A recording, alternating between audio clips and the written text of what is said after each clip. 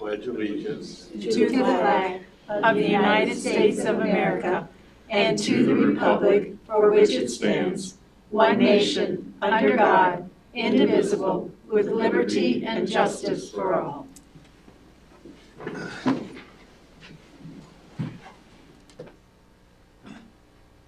Would you call the roll, please? Dr. Bennett? Yes.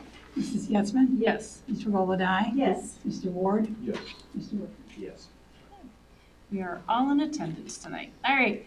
I would entertain a motion for approval of the January 12th organizational and regular meeting minutes. So moved. Thank you, Ms. Regola-Dye. And a second? I'll second. Thank you, Dr. Bennett. Were there any corrections or questions? Okay, hearing none, would you call the roll? Ms. Volodai? Yes. Dr. Bennett? Yes. Mr. Ward? Yes. Mr. Workman? Yes. Mrs. Getzmann? Yes. Motion carried. All right, we do not have any accommodations or communications tonight, so we will move on to our public reports and public participation. And Cooper, is Cooper here? No. And no April, but Mr. Lang. He is here, and I'm assuming you have something to share. Yes. Thank Yes, you. I do. Awesome. Good evening, Mr. Senior, Mrs. Forney, and all the board members. Meant to be here last month for the meeting, but we were kind of taken aback by a reunification here at the field. Yes. So I wasn't able to make it. Thank you. But I'm here tonight because I wanted to give some good news then. Didn't get to do it then, but I'll let you know now. I had a local meeting on January 6th. At our local meeting, I presented to our members that we were going to have a levy in May. And I asked for a motion to endorse the levy. I got the motion, I got a second, I got a vote, no nays. So we proceed. Thank you. Thank you. So, waiting for the mail to come today, just so I could present this, though. With the holiday, it was sent out probably Thursday or Friday. Didn't get it Saturday, no mail yesterday, so it was in the mail today. So I got a letter from OPSI, so the Ohio Association of Public School Employees, which I will refer from now on as OPSI. So they wrote me a letter, and it says, on behalf of OPSI Making a Difference, please accept this donation in the amount of $1,000 to assist the effort to pass your levy for Mount Vernon City Schools. OPSI asked me, joins your local leadership and other community activists in urging you to not just to vote, but encourage others to do so as well. To build a strong Ohio, we must invest in the welfare of our children, our community, and those who are less fortunate than ourselves. So, I would like to present a check to the chairman of the committee. Well, we'll give you the name of the chairman of Okay, the so levy this committee. Okay, so basically this is made out to support our schools, and it's made out to Jim Myers, treasurer. Yes, Jim Myers would be the person who would. So I wanted to present this check. All right, thank you. Thank you. We can help it get there. Yes. All right, good enough. Thank you, Mike. I certainly Mike, thank appreciate you that. so much. Thank you. Thank You're so you. welcome. We look forward to working with you in the future here, to get this levy to pass. Anything that we can do, just reach out to us and we'll see what we can do for you. Great. Thank you. Thank you so much. Absolutely. Thank you. Much appreciated.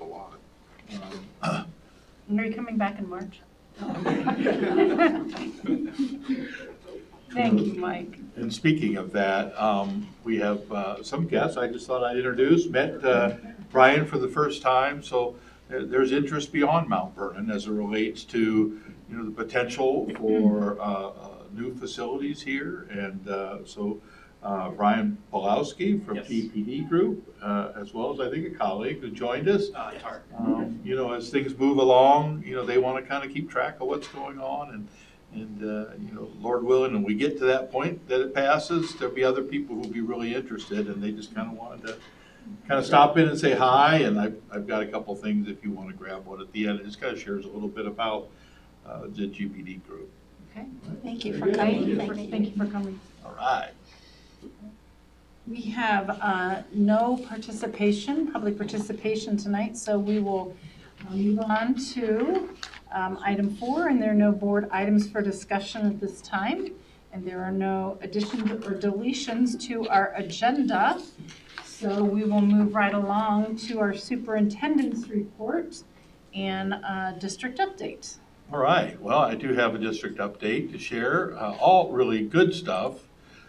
This little fella right here, I stole it from Dr. Brown's work and the district leadership team, and I made it my own, so I'm giving you credit, Dr. Brown. I just put district update and changed the date, so, but I liked it so much I put it in there. Obviously, since our organizational meeting all the way to now, we've had quite an interesting set of weather events. So I thought I would just briefly and quickly share kind of where the school closures and delays with a Calamity Day update. What you see right there is kind of a policy that we've been working on for some time. And so on the left-hand side, it's a remote learning policy and waiver. We did apply at the beginning of the year in August for 3 remote learning days. We built that into our contract. And those days that we used as remote learning days do not count against us in terms of hours that we're required to be in session. We do base everything off of our calendar, so there's a 25-26 calendar. Over here on the right, and I shared this at our usually in our November, December board meetings, by our calendar, grades K to 6, that's how the state requires it, although we're K-5. The minimum hours are 910 hours that we have to meet, state minimum. Our calendar says we meet 1,032, okay?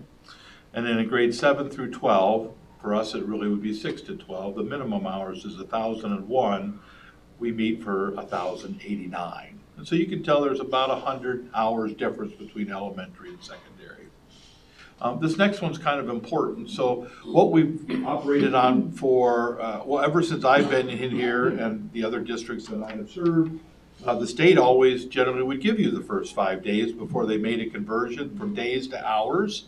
So most districts have kind of followed that, hey, we'll still do the same 5. So teachers are paid, schools are closed due to weather emergency, not required to report, days will not be scheduled to be made up. But the difference now between now and then, because when we change to hours, yes, we can still operate this way, but those hours have to come off of those numbers I gave you on the previous slide. So you can just take 5 hours, and in elementary it's 6 hours per day. So 5 times 6 is 30 hours.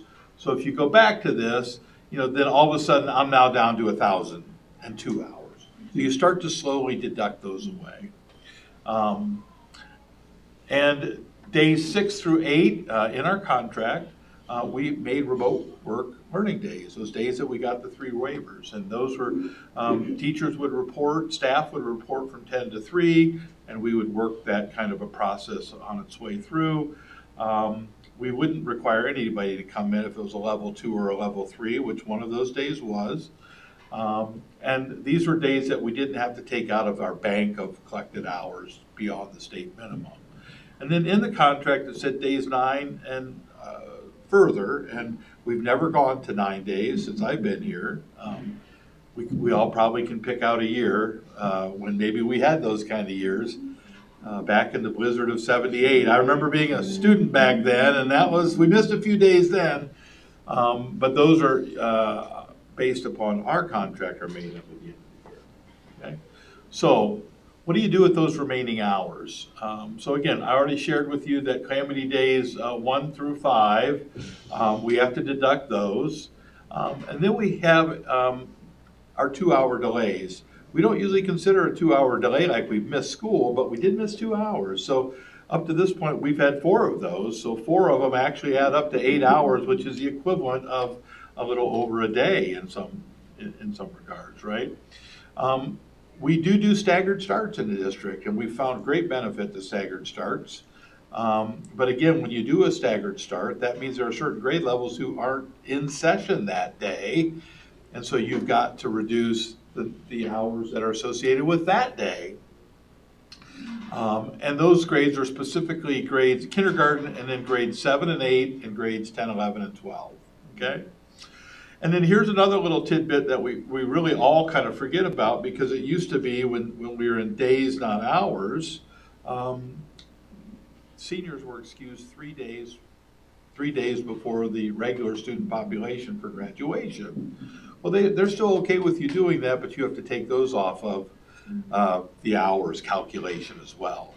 All to come down to say that once you start to reduce those things down, we're starting to get closer to that minimum. And we had basically, by an approximation, about 3 days of additional days that we could do before we met that state minimum, because you don't want to go below the state minimum. We tried to work some of that stuff out. We had some really good conversations, and we just weren't able to work out those additional 3 days at this point. And so we're kind of following on the old contract languages. We're going to make them up at the end of the year. So we'll see what the rest of February has in March. You know, who knows? We may just scoot on by and not miss another day, and that'd be awesome. But we'll have to kind of wait and see how that kind of plays itself out. This is another interesting slide that I made and put together for you. We get I get a lot of calls when we have the temperature piece, the ambient temperature and the wind chill factors. And I've gotten several emails and phone calls because it's not cold enough. It should be colder. We're sissifying ourselves. And then I get calls that say, it's 0. We shouldn't have school today. And you can't really win with that, but we chose -10, both ambient and wind chill, because at that time, that's what the NOAA Weather Service would say out of Cleveland, Ohio. But I found this really to be interesting. So if you live in the upper Midwest, upper Michigan, northern Wisconsin, and these are general, school districts in those areas of the country use -20 to -25, just regular ambient temperature, and -30 to -40 degrees wind chill before they will delay or close, all right? You go down to the Ohio Valley, and this is where we're at, and it's -5 to -10 regular temperature, wind chills -15 to -25 is general, but we're at -10.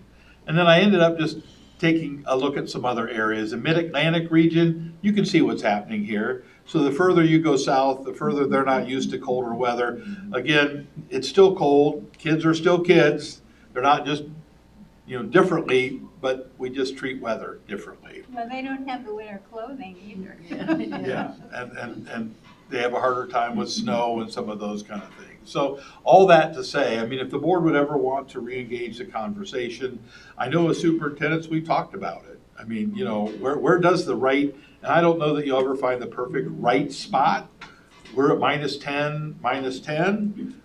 Could it be different? It could be, but that would have to be a conversation that would require your kind of input with safety in mind. We're a little different than other communities around us in the fact that we do have a lot of walkers, or more walkers, perhaps, than some who bus all their kids to school.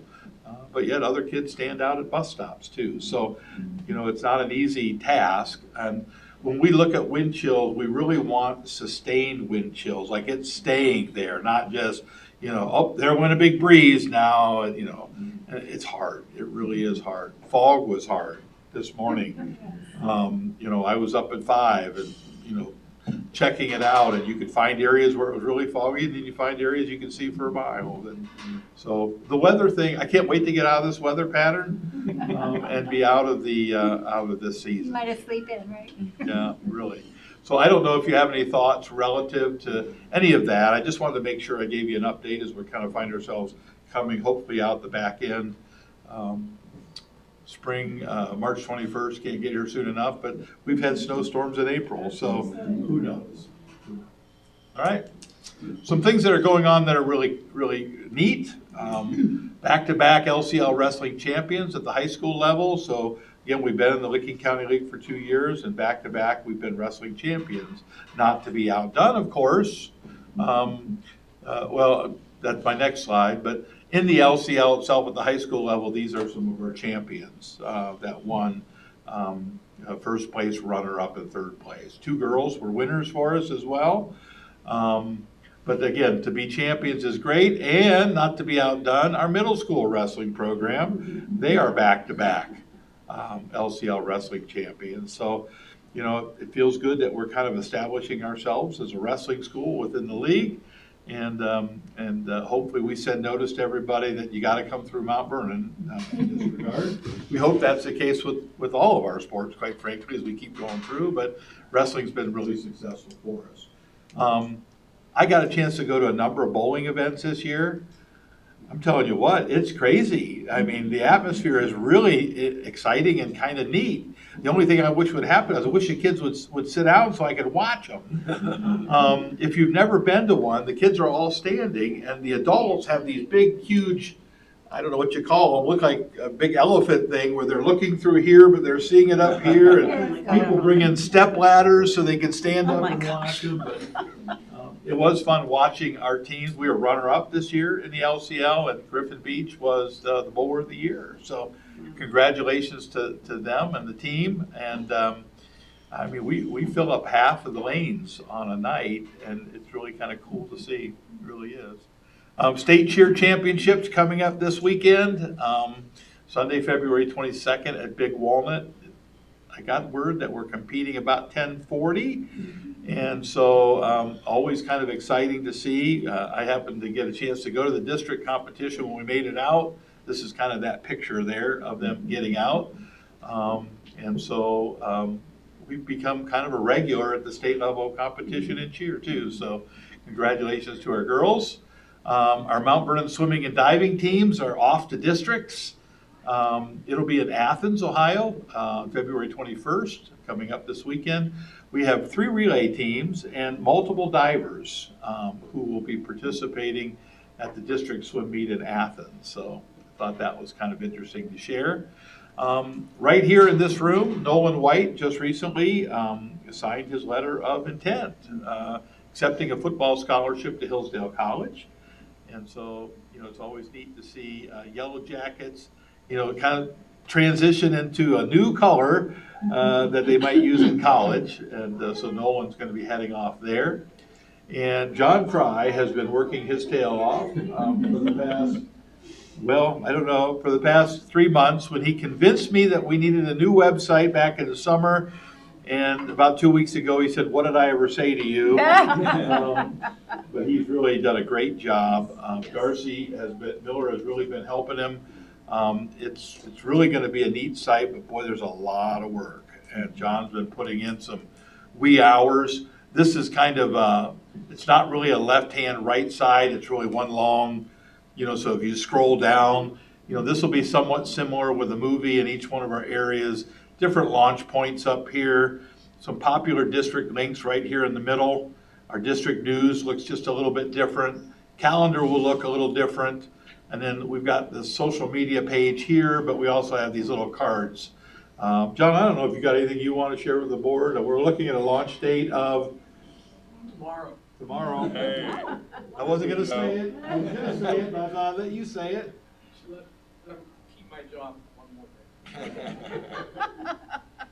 So, and you've gotten to know John well enough. He wants it to be absolutely perfect. And I said, John, it's almost impossible. We're going to start, you know, fixing it from day one, adding new stuff. So let's get it launched. Let's see what it looks like. There will be probably in the next month or so, the app will come out. Yeah, about 2 weeks. 2 weeks. And so there'll be an app that'll be on your phone. You download it. It will have a lot of really neat features that are on the website, but yet it's right here. And so you can find out when events are and so on and so forth. So it kind of comes with the program. And so we're kind of vetting that out right now, and we'll kind of unveil that in a couple weeks. Okay. Thank you, John. Appreciate it. And that would actually be your district update. Any questions, thoughts? Just one comment about the weather. Ohio, we love it. I appreciate us erring on the side of caution. for the children and for our bus drivers. So I know that it's a really difficult decision for you all, but I appreciate that. Well, I thank know you. there's days that you think, You know, sometimes when you're trying to make those decisions between kind of that 4:30, 5:30, which is kind of our time, things can feel and look different at 5 to 5:30. Yeah. I know most recently, when we had this snow about a week or so ago, we actually had our bus drivers in 3 clusters. And so we kind of made it through the secondary run. Everybody was fine, but remember it kept snowing and it kept snowing. We were talking to them. Should we, you know, how do you feel? What are the roads like? How was your first run? And there was just a general feeling that, you know what, if we can slow down, we'll make it. And they did. They did a great job. You're never always completely right. We do tell parents on these really questionable days that if you really don't feel safe, then call and let us know. And we kind of highlight those special days that are kind of what I'll call those gray days when you're just it's really a tough call. We'll count you as absent, but it'll be excused, and you know we're not gonna take it to some high degree of worry relative to it. Okay. All right. We have one item for board approval tonight. It's a resolution, 2526, authorizing membership to the Ohio High School Athletic Association for your consideration. I would entertain a motion for the membership into the OHSAA. So moved. Thank you, Mr. Ward. Thank you, Mr. Workman. Any questions? Would you call the roll? Mr. Ward, Yes. Mr. Workman. Yes. Dr. Bennett. Yes. Mr. Golodai. Yes. Mrs. Getzmann. Yes. Motion carried. All right, moving on to curriculum instruction, items for information. And I'm assuming there was not a student haven't received achievement? anything. Okay. So we will move on to the 3 items recommended for board approval. And those are 3 trips. 3 trips. I would entertain a motion for approval, and we can open the floor for discussion. So moved. Thank you, Mr. Ward. Second. Thank you, Dr. Bennett. And additional questions? I had a question regarding number 3, with incomplete. Agreed. And I contacted Jess, and she said she would put in the new one, but every time I tried to pull it up, I got the same old one, so I don't know if she wasn't able to, or even when I shut down. Did you- Like the cost information was missing. You know, Just some of those things. This wasn't It on wasn't our there. board previous, so this must have gotten added. And I know Jess had to step out to a doctor's appointment at about 10 o'clock. So maybe she didn't do that. We could probably forego this one and bring it back. It's not till 2028. Right. I wasn't opposed to it. I Yeah. just I'm used not that some opposed to it, I information just was wasn't missing able to review all of it. that I was looking for. That's all. And I will say in item number 2, this trip to Spanish to the Europe's Mediterranean coast, the original document had said 2028, it's 2027. Mariana got a hold of me today and she noticed, she said, oh, that was my error. And so she resent me the proposal, which I did link for you. And it does say 2027. Okay. Again, it's not this year, it's gonna be next year, but originally she had 2028 on. So I would be perfectly fine if someone wanted to amend the motion to accept items 1 and 2, and we'll bring item 3 back at the March meeting. I'll move that we approve 1 and 2 and wait on item 3.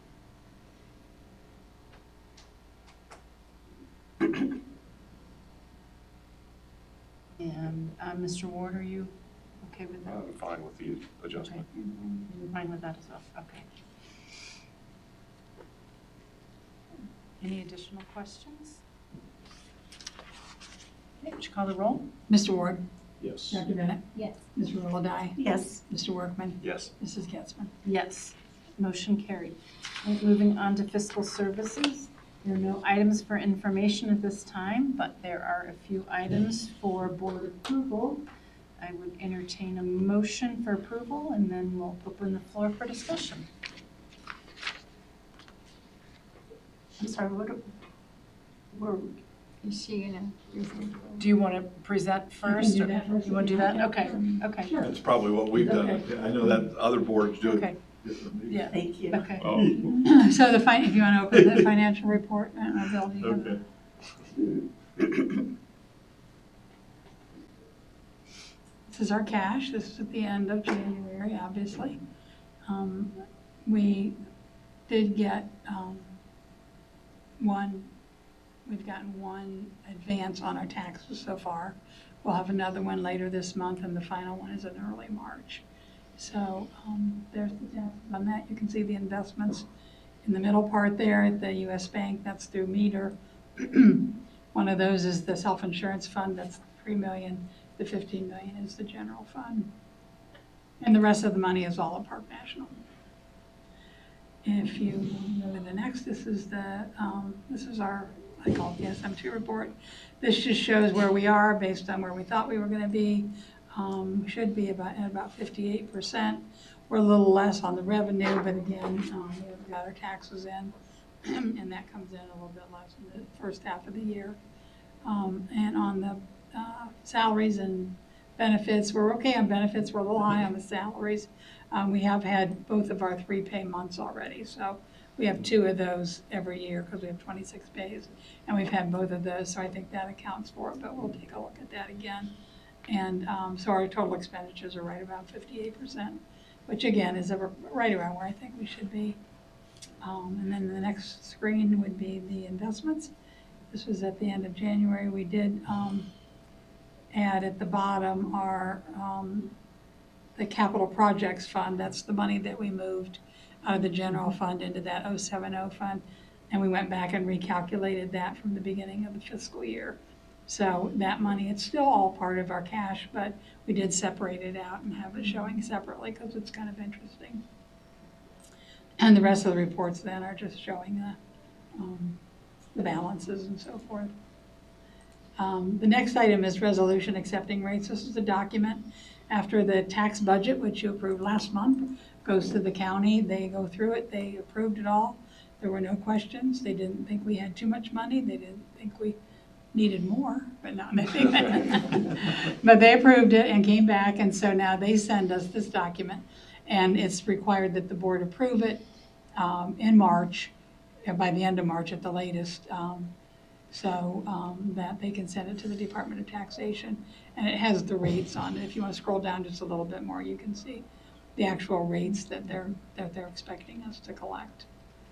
You can see the PI and the inside millage and the general fund.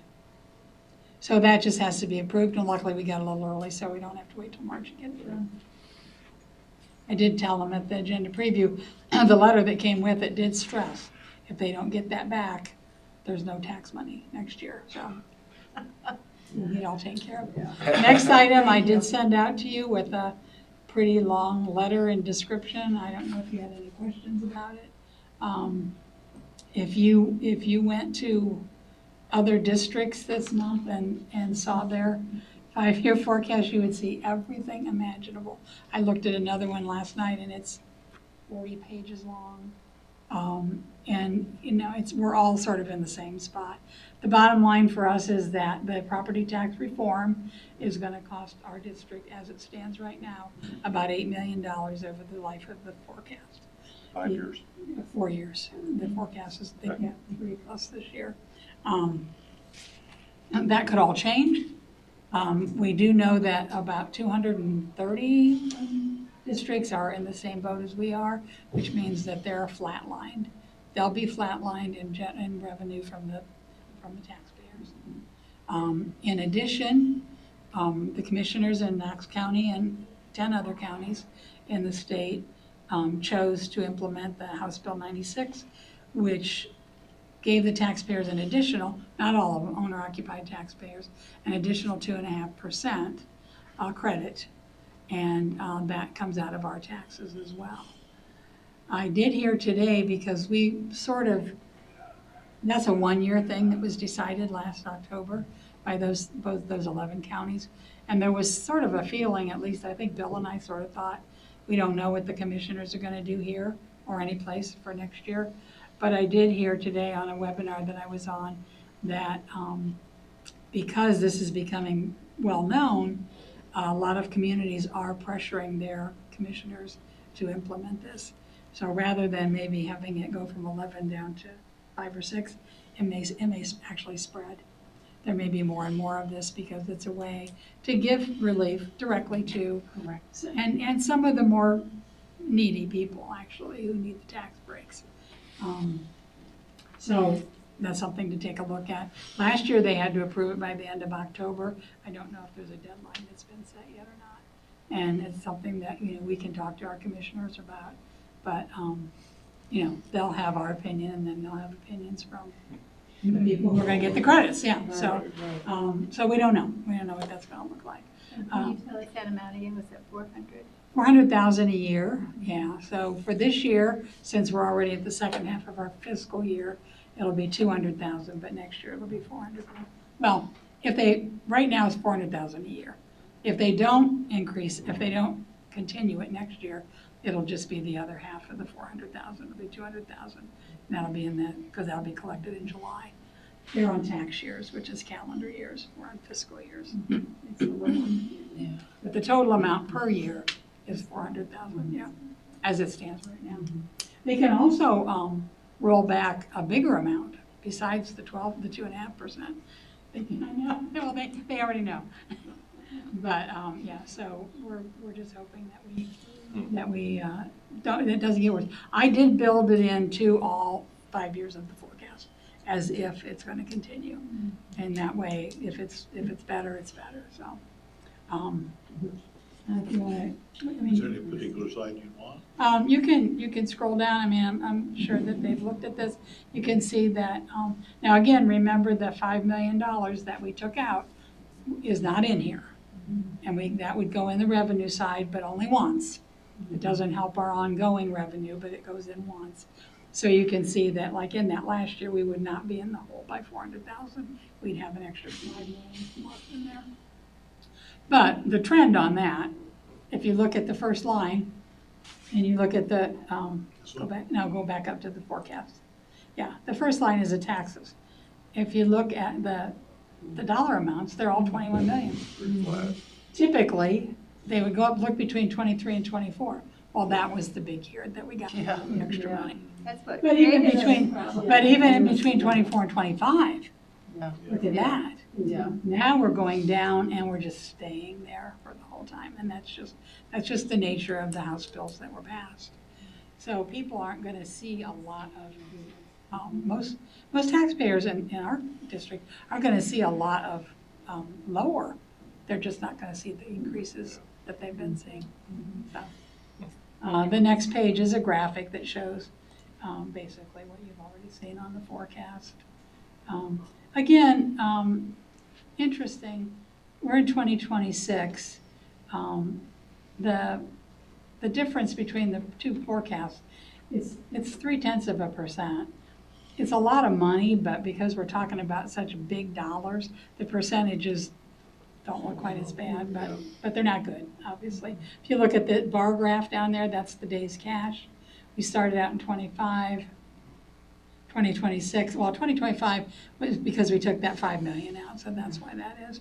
In 2026, we had 109, and then went down to 95, and then you can see back clear if we go to 2029, 28 days of leftover cash is not what we want, so. And there you can see the revenue variance is 3.28%. The next slides were something that I hope you got a chance to look at. You can keep going down, Bill. This one it just shows the difference. The current under and over, we're going to be minus 1.7 million that we thought we'd get this year. And then 2 million for the other three. If you add those together, you're going to come up with around $8 million. The next one, then we have the proactive and the retroactive, which you could probably look and see. We do have one on here that I think I wanted to point out. That number there, that 2.230 million, If you look up above at the little two yellow, the 36% and the 13%.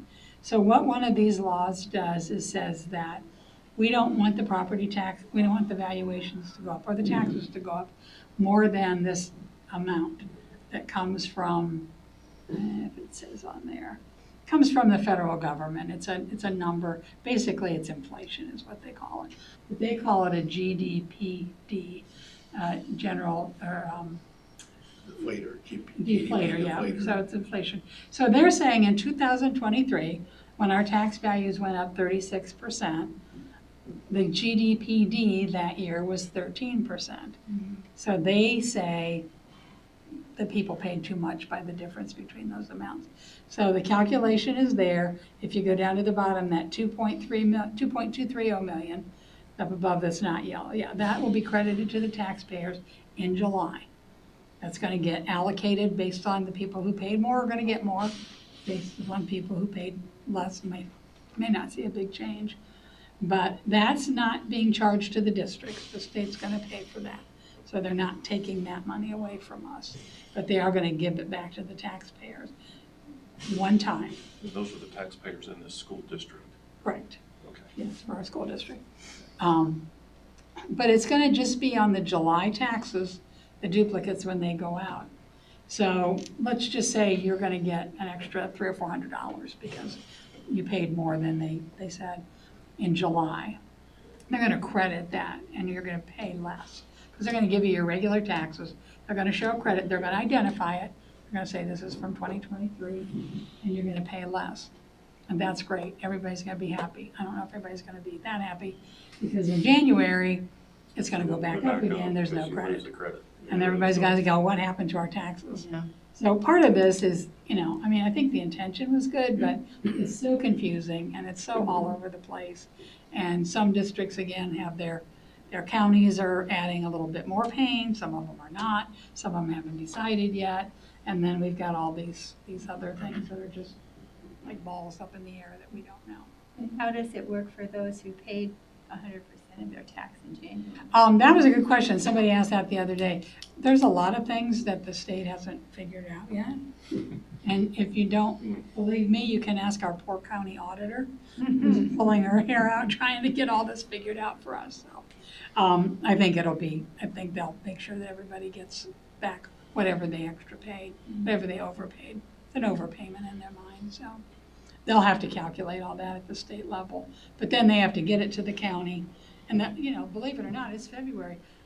The county auditor's already having a nightmare because the July payments are gonna go out shortly. I mean, it seems like a long time, but it's really not. And she doesn't even have the numbers yet, so I feel for her too. She's trying really hard, so. But that's my version of the forecast. I think it gives you enough to wrap your arms around without having to go through it. It's a lot, yeah.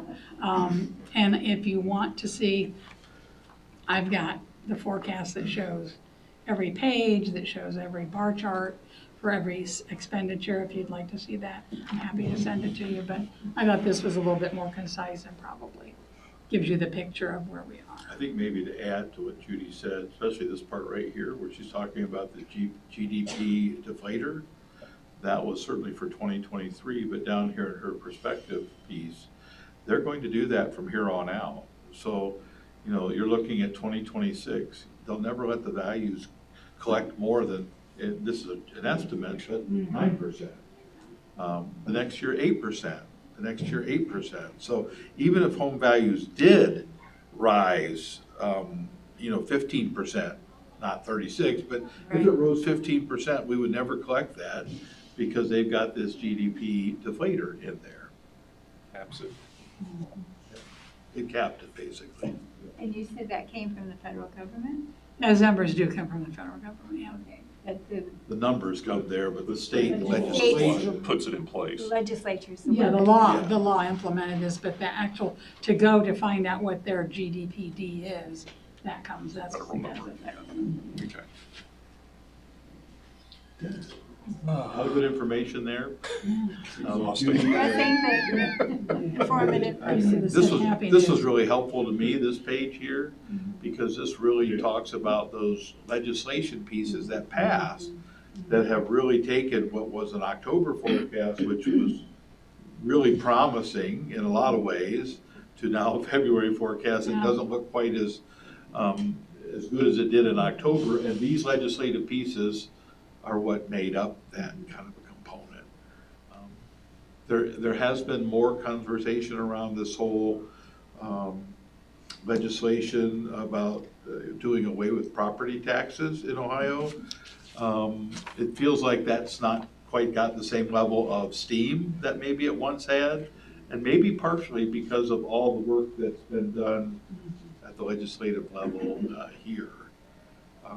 And then the realization of, if you really did get rid of property taxes across the board, while it might look good on one hand, there are so many services that come out of those that you would they'd have to get the money somewhere else, right? So I thought it was a really well done forecast. I think we have some donations to Dan Emmett from the Daughters of American Revolution, some headphones and some sweatpants. And to Pleasant Street from Dr. Brian Howe, a bag of hats and gloves. Again to Dan Emmett from Kim Marth, some boys and girls. Dan Emmett and Twin Oak from Mary Crown books and stuffed animals for the kindergarten students. And then we've got 2 memorial books. One, the title is B is for Buckeye, in memory of Rick Shaw, who's the father of Mackenzie Scott, one of our elementary teachers, and that'll go in the Columbia Library. The book named Highest Duty, in memory of Harvey Keckley, father of Jackie Well, who's a high school guidance counselor, and that will go in the high school library. One other thing that was pointed out that I'll just leave you with today in the seminar that we had, which I thought was really an interesting thing to think about, is that none of our taxpayers voted for any of those bills, but they all did vote for the levies that we were trying to collect. So it's kind of like, I know that people at the state were responding to the outcry that they got when people got the high. But on the other hand, our taxpayers wanted us to have this money for this. So we'll see what happens. Hard to tell.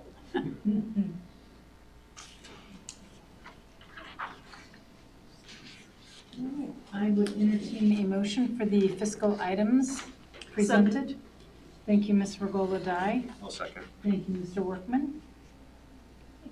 Any additional questions or concerns? Yes, thank you, Judy.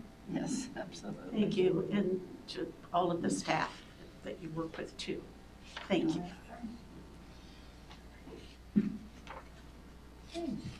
Hearing no other questions, would you call the roll? Now, Ms. Regola Dye? Yes. Mr. Workman? Yes. Mr. Ward? Yes. Dr. Bennett? Yes. Mrs. Gatzman? Yes. Motion carried. All right, moving on to business services, and Ms. Regola Dye. Speaking of legislation, that HB 186 is the final property tax bill signed by Governor DeWine that caps revenue growth for any district on the 20 mil floor. HB 920 requires property tax millage to be reduced as property valuations increase to maintain the dollar amount approved by voters.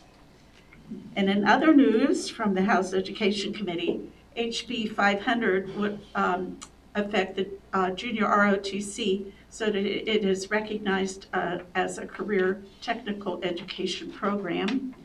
HB 523 would designate teaching as an in-demand job and provide financial support for student teachers. HB 594 would require students to complete one high school computer science course. SB 19 would require districts to develop a mathematics improvement plan as an intervention. In the House Health Committee, HB 561 would revise the law governing childhood immunizations. SB 310 would require schools to offer a course regarding human development. And if I can get my fingers to work. And in the latest facts from OSBA, the governor and the House Finance Committee is working on the biennial capital budget at this time. And I haven't been able to contact any of our representatives. Now that I'm feeling more like myself, I will try to give them my peace of mind. That's it. Thank you. Thank you. There are no items for board approval. And student services, there's no items for information or board approval as well. So we move on to 11, personnel certificated licensed staff. One item for information, teacher requesting parental leave for the 2026-27 school year. And certainly wish her the best. If she starts out that parenting wonderful role. Number of items for board approval. We have some retirements are always a little bittersweet, and so you'll see Kathy Kassler is retiring at the end of the year, and so we'll certainly get a chance to thank her later, but I certainly appreciate what she's done for the district. Sounds like grandchildren time is in the mix, but we'll let her share that at some other time. Tony Williams is also retiring, a gift intervention specialist, so that'll be a more challenging position to find. A couple resignations there, substitute teachers. It is, believe it or not, we're transitioning into spring, so we've got a lot of supplemental contracts that look like spring kind of supplemental contracts. Some non-expectancy of employment notices for substitutes, and then a couple pupil activity contracts for lay persons. Those items for your approval tonight. I would entertain a motion for the certificated items as presented. So moved. Thank you, Mr. Ward. Thank you, Dr. Bennett. And any questions or comments? Just thank you to our wonderful people that are leaving us. Wishing them the best. Generally speaking, it was interesting, and I'll include one we'll see later on. Usually when we get a retirement or resignation, it's pretty brief, but a couple of them that we received this time were very detailed, and we're very appreciated that you went into detail and recognized those that you have worked with and that have walked alongside with you as you're gone through this journey. And it was just, they were beautiful.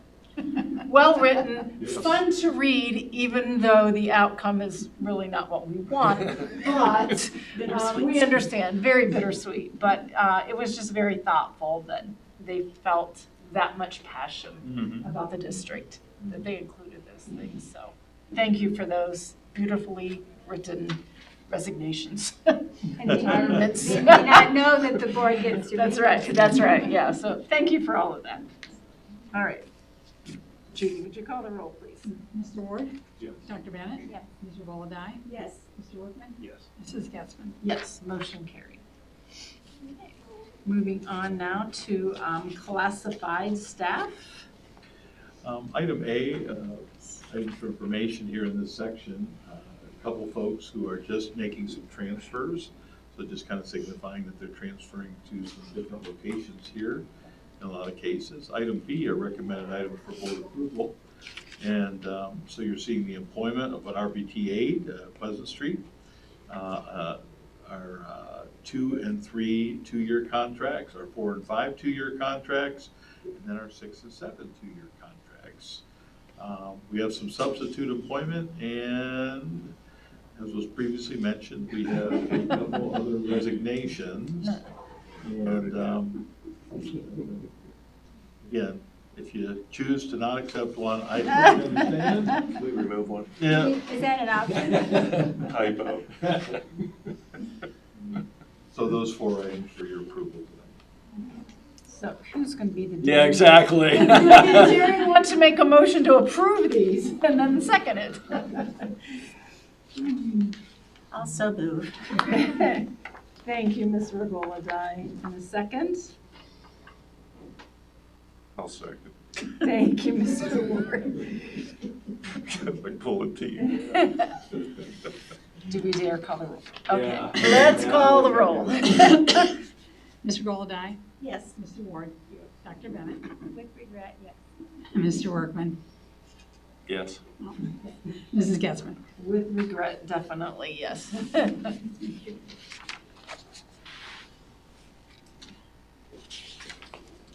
All right.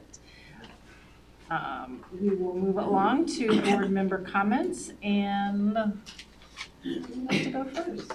Mr. Workman? Sure. I'd like to thank everyone for coming this evening and those listening in. Thank you to Mike and that presentation. That was very gracious, and that support is excellent. So thank you for that. Appreciate that. Also like to congratulate the middle school and high school teams, wrestling, cheer, bowling. You know, the academics is wonderful, the athletics is wonderful, and starting to set some of those traditions, and like Mr. Cedar said, you know, things coming through Mount Vernon, that's a nice thing to hear. So, but other than that, I don't have a lot. You know, well, let me back up. I would like to thank Judy for the forecast. That was a lot of information, and to try to summarize that into 7 pages, that was still a great summary, but And she didn't use AI at all. she is AI. So, That's right. But Yeah, I thank gave you her very a- much for that. I mean, that was a lot of good information, and I think consolidated in the best way that it could be. It still took 7 pages, Yeah, but thank you for your work on that. you're welcome. Mr. Ward? Okay, I too would like to thank Judy and Kathy and all of our folks that are resigning, retiring, you know, whatever the case may be. A lot to say, but you'll be missed, so just know that. Want to congratulate to our wrestling teams. That's great. We're becoming that place where, as you said, the place that the other wrestling teams have to come through to get somewhere else. So I like that quite a bit. And congrats to our bowling team. That's amazing, and obviously well wishes to our swimming, divers, cheer teams this weekend coming up. And finally, want to say congrats and how much we appreciate John Fry and the new website. That's a big, huge deal. It means the next week you'll just be in fixing things mode. It's just the nature of the beast. But we appreciate the effort and the updates and everything that means for the district. So thank you for all of that work. So with that, I'll turn it back. Yes, I'm next. Yes. Thank you to everyone who's here this evening. We really appreciate it. I've been blessed enough to watch a lot of the Olympics the last 2 weeks. And I feel like we have our own Olympic team here in Mount Vernon City Schools, that we work well together. We have great leadership, and we have a great relationship with our community. And as we move forward with our facilities planning, I've been very happy and grateful that I've received a lot of positive comments from community members concerning this plan. So we'll have to put an Olympic effort into it, but I'm looking forward to that and having a great jewel in Central Ohio that we can be very, very proud of, just as we are proud of this facility. So thank you to everyone who's working hard and continuing to make Mount Vernon City Schools a great place. Thank you. Thank you. And Dr. Bennett? Well, and this will be a repeat for some of the things, but I wanted to also thank Mike for your presentation and for being the first to come forward with that kind of a donation for us. So I appreciate that very much, and just the support means a lot. So thank you for doing that. And wanted to also thank John for the new website. I know it's been a tremendous amount of work, and he could have just slid by and not done anything, and I mean, it was all right before, but Yeah. now it's excellent, so we're looking forward to seeing all that. And again, our athletes, I'm very proud of them, and I also wanted to call out, Coach Weber had a signing event for one of our students who's going to Hillsdale, and I just think the coaches make it so special for our kids and recognize them. Our local community, the newspaper, showcases them, and we're just very proud of them. And I think of how much this means to those kids and their families. It's a memory that they'll cherish forever when they have been able to succeed in athletics, and they're recognized. It just means so very much to them. So academics is foremost, but this teaches them a lot of other soft skills and important teamwork and things that we just really value. So congratulations to all our athletes and the coaches who work so hard to help them succeed. And then Judy and Kathy, we're sorry that you're leaving us, but we just appreciate all you've done for us throughout the years and your many years of service. And thank you for your forecast. Best I could do. Yeah. Like Tim said, 7 pages with packed full of information. So thank you for condensing it for us and for all you've done and the credit that you've given your team. And I know that they're a great team because they have a great leader. So. I'm not sure what's left to really bounce off of, but nonetheless, congratulations to all of our teams, our athletes, our coaches. Again, it's part of that well-rounded education that they're receiving here in an excellent environment. So thank you for that. Years of service, thank you both. Kathy, you'll love being a Grammy or a Mimi or whatever you choose, but it's the best gig ever. And Judy, thank you for your service and your dedication to our district, because you left and came back, and we were grateful to get you back. And if you want to do that again. Exactly, and hopefully you can deliver even more I can get my miraculous age information backwards, yeah. before you leave. Come back and fix it. Yeah, yes. And to Mike, thank you for that endorsement. There's nothing better than working in a new, clean environment, right? That's right. So thank you to all of that. The last thing I just want to say is on behalf of Mike and all of the people that worked so diligently during that snowstorm to get us up and running again.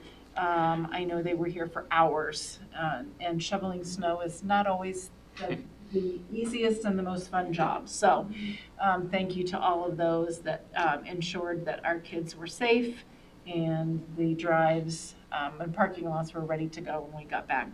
So thank you for that.